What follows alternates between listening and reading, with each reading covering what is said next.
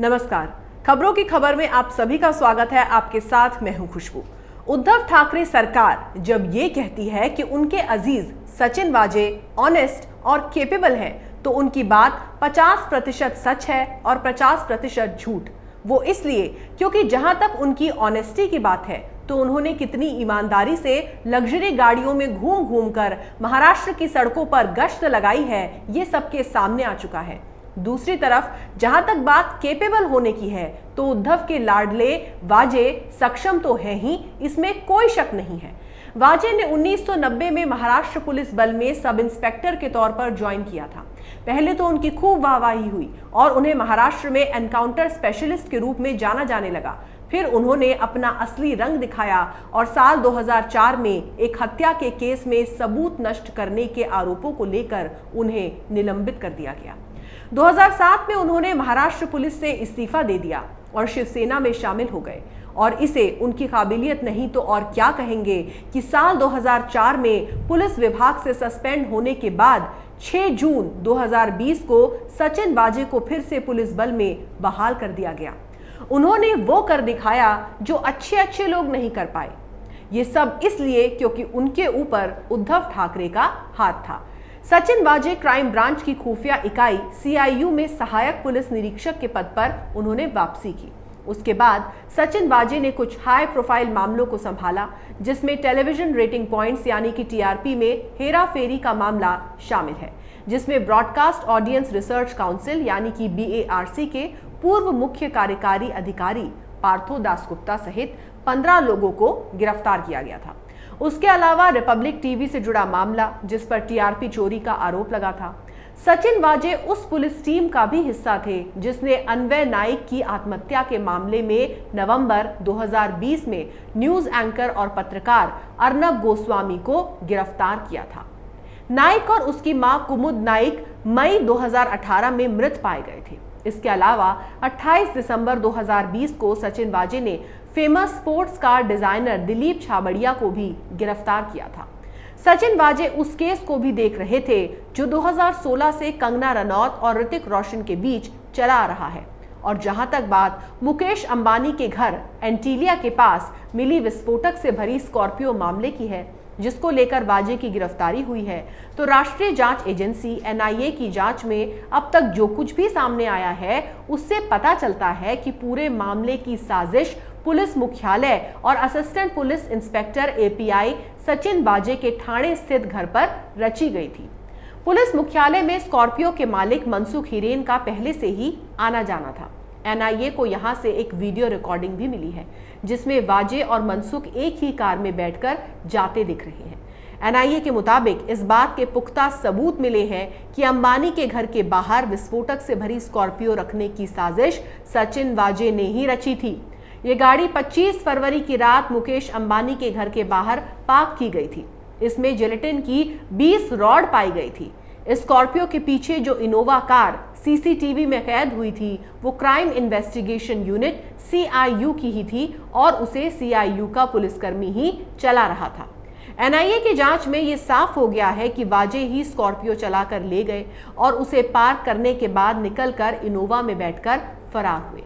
NIA ने शुक्रवार देर रात घटना वाली जगह यानी कि एंटीलिया से कुछ दूरी पर क्राइम सीन को रिक्रिएट किया। NIA की टीम ने वाजे को सफेद कुर्ता पहनाकर चलवाया। मामले से जुड़े CCTV फुटेज में एक व्यक्ति PPE किट पहने दिखाई दिया था। दरअसल वो ढीला कुर्ता ही था।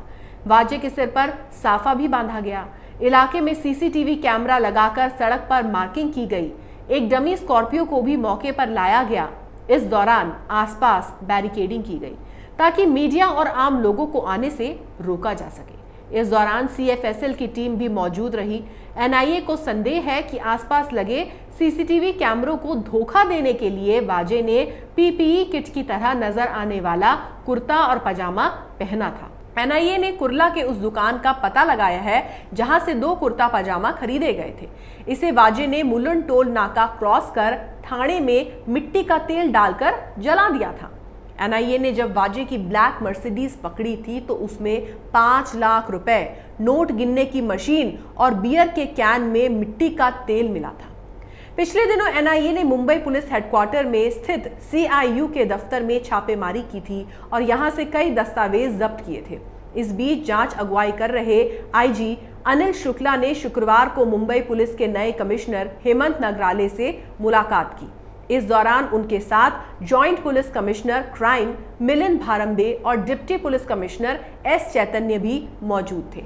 एंटीलिया बम केस में निलंबित और गिरफ्तार सचिन वाजे की अग्रिम जमानत याचिका को लेकर महाराष्ट्र एंटी टेररिज्म स्क्वाड यानी कि एटीएस ने ठाणे सेशन कोर्ट में अपना जवाब दाखिल किया।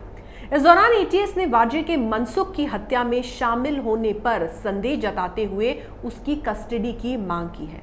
एटीएस ये जानना चाहती है कि 4 से 5 मार्च के बीच क्या कुछ हुआ था, घटनाओं का क्रम क्या था, 17 से 25 के बीच स्कॉर्पियो कार कहां थी, क्या वाजे के पास थी।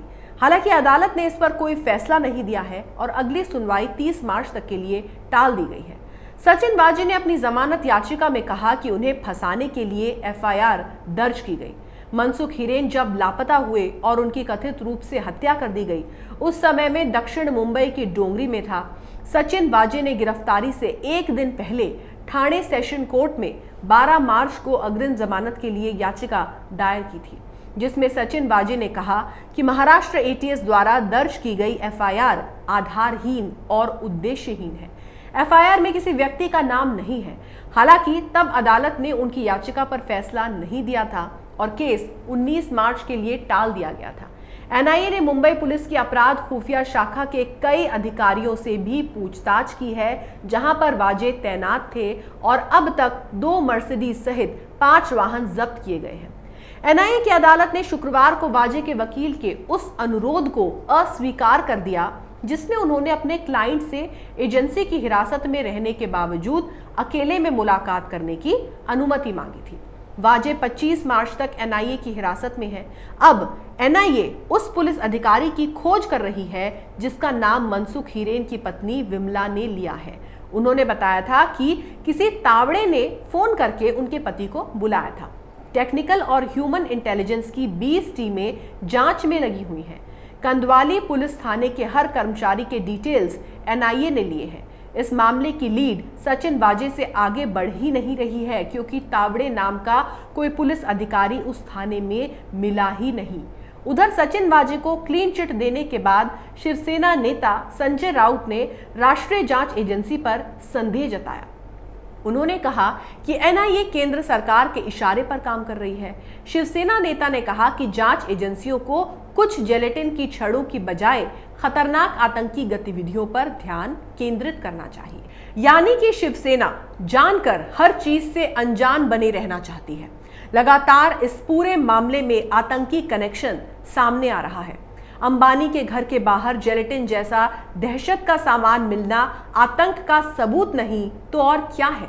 शिवसेना के नेताओं के पास से पाकिस्तान के क्रेडिट कार्ड मिलते हैं और उद्धव ठाकरे कहते हैं कि हमारा आतंकी कनेक्शन क्या है।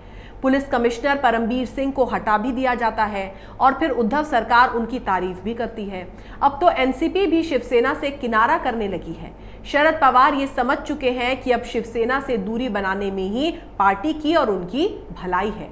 ऐसा इसलिए क्योंकि राजनीति की डिक्शनरी में दोस्ती नाम की कोई चीज नहीं होती। यहाँ अपनी कुर्सी के लिए ही हाथ मिलते हैं और कुर्सी के लिए ही छूटते भी हैं। उद्धव ठाकरे अब चारों खाने चित हो चुके हैं।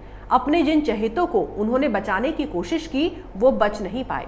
दरअसल उद्धव परमबीर सिंह या सचिन वाजे को बचाना नहीं बल्कि उनके माध्यम से खुद को बचाना चाहते हैं, क्योंकि उन्हें इस बात का डर सता रहा है कि कहीं इन दोनों की आग फैलते फैलते उन तक ना पहुंच जाए, क्योंकि पाप के भागी तो वो भी हैं। अगर उनके चेलों ने उनके बारे में सब कुछ उगल दिया तो फिर उनका क्या होगा। सरकार तो गिरेगी ही गिरेगी। इसके अलावा महाराष्ट्र और पूरे देश में जितनी बेइज्जती होगी उसकी भरपाई ताउम्र नहीं हो पाएगी और वो किसी को मुंह दिखाने के काबिल नहीं रहेंगे। अगर आपको हमारा वीडियो पसंद आया तो इसे लाइक करें, शेयर करें और कैपिटल टीवी को सब्सक्राइब करें। नमस्कार। अगर आपको हमारा वीडियो पसंद आया हो तो इसे लाइक करें, हमारे चैनल को सब्सक्राइब करें और हाँ, बेल आइकन दबाना ना भूलें ताकि आप तक हमारे वीडियो की नोटिफिकेशन पहुंचती रहे। आप अपना सुझाव हमें कमेंट बॉक्स में दे सकते हैं। हमारे साथ जुड़ने के लिए शुक्रिया।